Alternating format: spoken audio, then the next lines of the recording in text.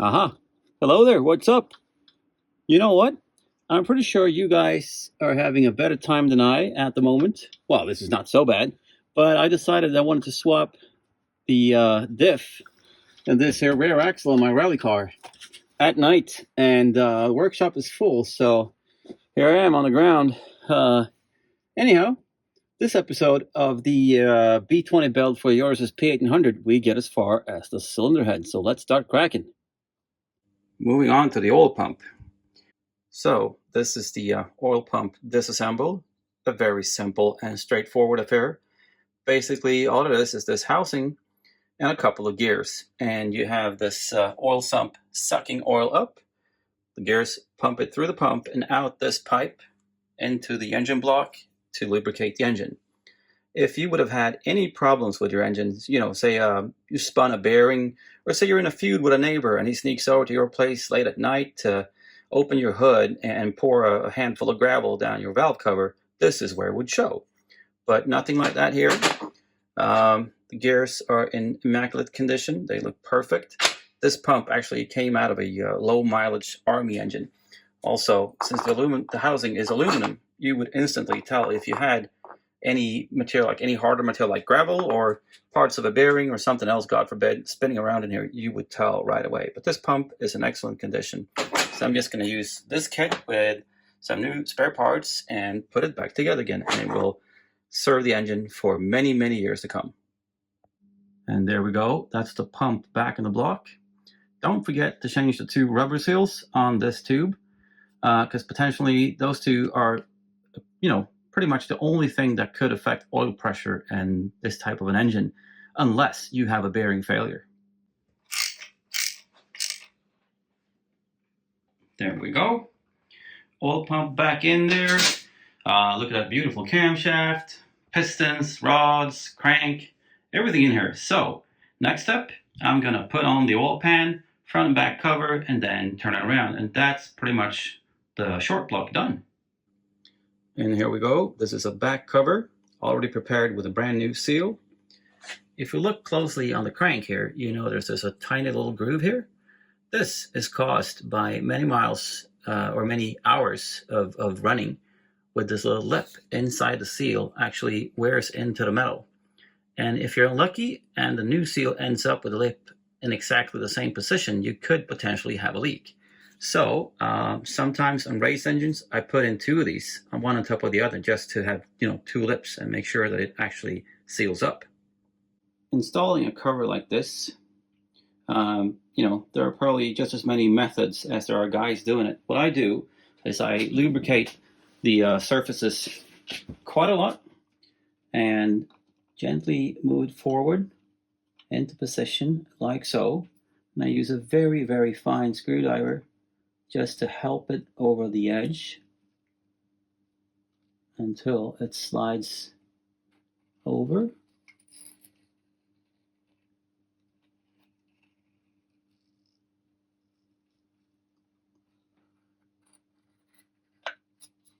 There we go. Like so, because you do not want to hurt the lip at all. Because if you do, this is the back of the engine. You've got the flywheel right here.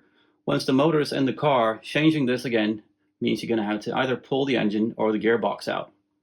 Another thing, which is also quite important, is that sometimes you have a little bit of a difference in height between this aluminum casing and the engine block. Some people want to force it upwards, and I don't want to do that because that means the gasket is not going to be entirely centered. So instead, I let the gasket decide the exact position of the back cover, tighten it up, and rather add a little bit of silicone or any other type of gasket filler on these edges. Paper gaskets such as this one for the oil pan oftentimes work just fine on their own, but I like to give them a little bit of help, and I like to use this. This is an Edelbrock gasket sealer. Basically, it's glue.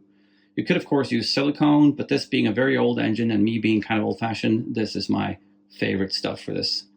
So first off, I glue the gasket to the engine block, then put another thin layer on this side and let it sit for a while before I put the oil pan on. I don't know if you've noticed, but the engine block and a lot of the other parts are super, super clean. And that's because they all took a swim in something called strip all. And that stuff is probably made out of, blood from baby pandas or whatnot, but boy, does it work. Everything gets like super clean. Take a look at the oil pan, for instance. So that makes everything super, super easy to work with. And I think it kind of also helps the end result and making sure you have no dirt inside your finished engine. All right, that's the bottom side done. Everything's tightened up. I also use Loctite on these bolts. So time to flip it around. Well, alrighty then, that's the bottom end done. I hope you didn't fall asleep, and if that was the case, go get a cup of coffee because we're going to move on to the cylinder head right now. Now, I know this may seem a little backwards to some people. Some guys would argue that you should, in fact, do all your porting before you do cut the valve seats. But for me, this works better because I never really know where the valve seat is going to end up, or the final edge that goes all the way in here, what it's going to look like. So as long as you're careful and kind of sort of mind your step and don't ever touch the valve seat with a grinder, you'll be fine. And I've been doing it like this for, I don't know, maybe 10, 15 years, and it has worked every time.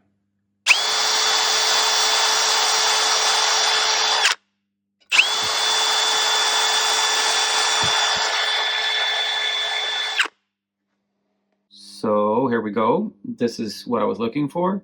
It is now nice and smooth. But like I've said so many times already, I am no professional. I know you can do this quite a few different ways that are very, very professional. You can measure and calculate and use certain machines to measure airflow through the channels. I'm just doing this based on previous experience. I just eyeball it and use my fingers and just work my way around to find shapes that I kind of think I know works. And this being a street engine where we're looking to go from like 110 to 130 horsepower, I can guarantee 100% that this is going to work just fine. I got a bit crazy on valve size. These are 46 by 38, which is a bit on the large side. But the idea is that if Yotis wants to upgrade from the Strombergs to a set of dual Weber 40s or something similar in the future, this head will easily support that. And I'm pretty confident it will flow enough to produce something like 140, 150 horsepower with dual twin carbs on it. And valve springs, I'll be using these. These are the equivalent of the old Volvo with a yellow stripe on them. Good, simple springs that, will work up to above and beyond like 5,000, 6,000 RPMs.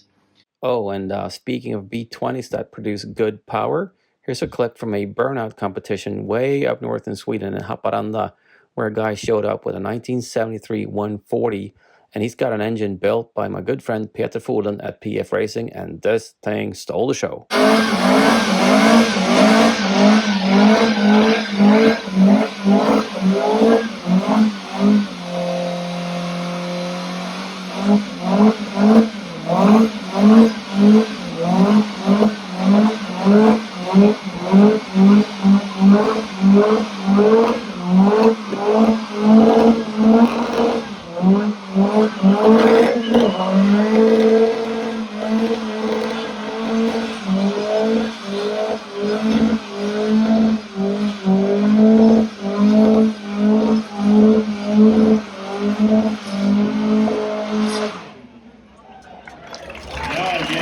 All right, that's enough fun for now. Let's get back to the build.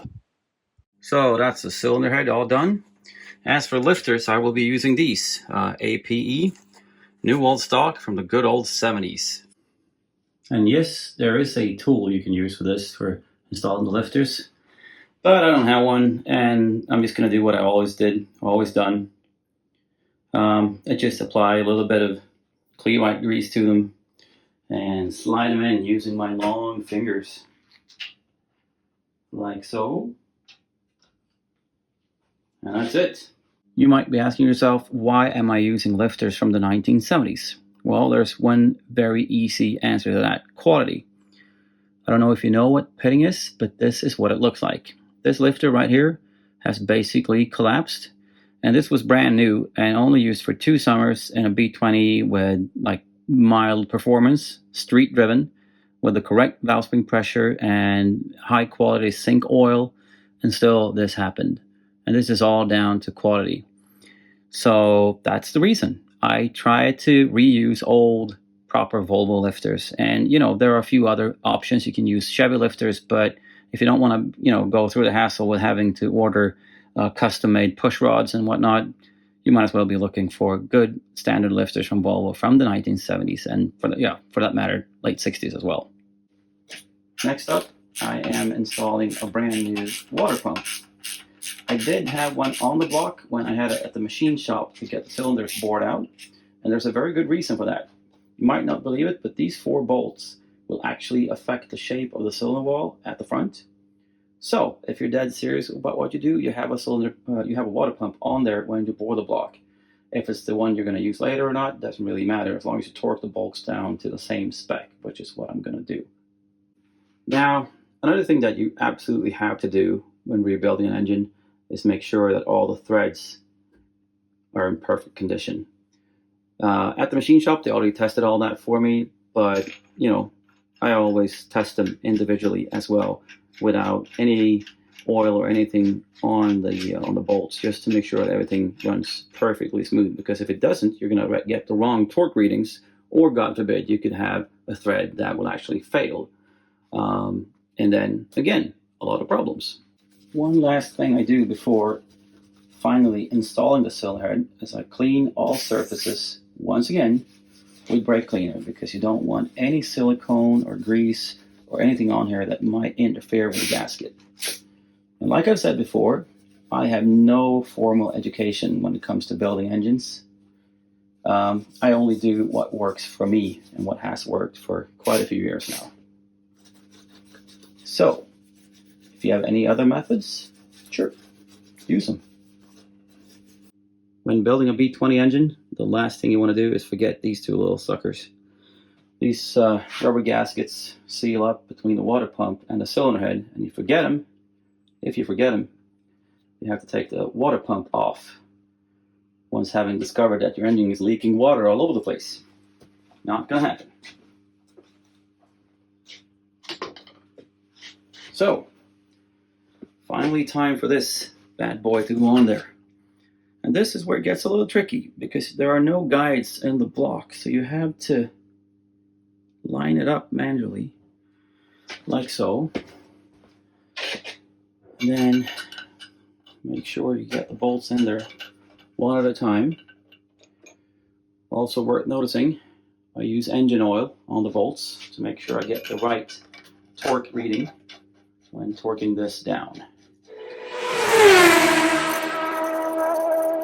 So now I'm going to torque the bolts. First step is 30 newtons, then I do 80. Then once I have the engine in the car and having started it, having it heated up, I will torque everything to 90.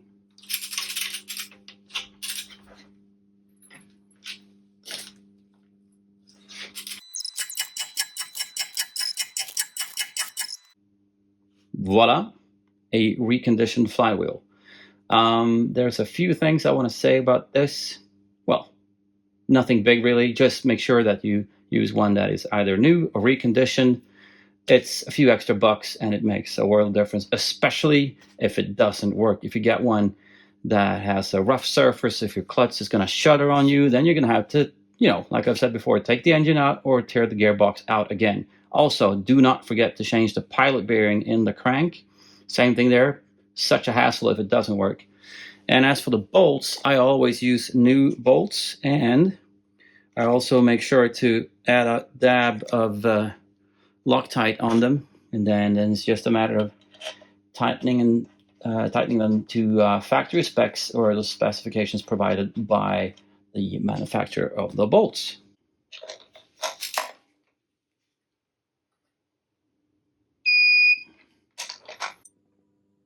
So moving on to the push rods, I'm going to be using stock B20 push rods because the cylinder head hasn't been milled that much and the camshaft isn't that wild, so we can use stock length push rods. You need to make sure that they are straight, so you can just roll them on an even surface like this workbench. And there's also an easy way to tell whether or not it has a lot of wear on it. Let's see if we can get this to focus. You see the little dot here? Here we go. right there. When that gets worn away, that means the pushrod has a lot of mileage on it. And if you look at them by side, you can also tell quite easily that the bottom one has had a lot of mileage on it. So that one's out, and I have found a set that all look like this. 8 straight push rods with very little mileage on them. So that was it for this episode. Next time around, I'm going to be renovating the carbs. I'm going to walk you through how to properly service the rocker assembly. We're going to mount everything up and put it back in the car and await Joris's return. And I'm also going to take it for a proper test run before Joris drives it back to Holland, and then he's going to take it to the dyno. So that's something to look forward to. In the meantime, thank you so much for watching. I hope you enjoyed this. And as always, remember to like, subscribe, and comment, and I'll see you next time. Take care.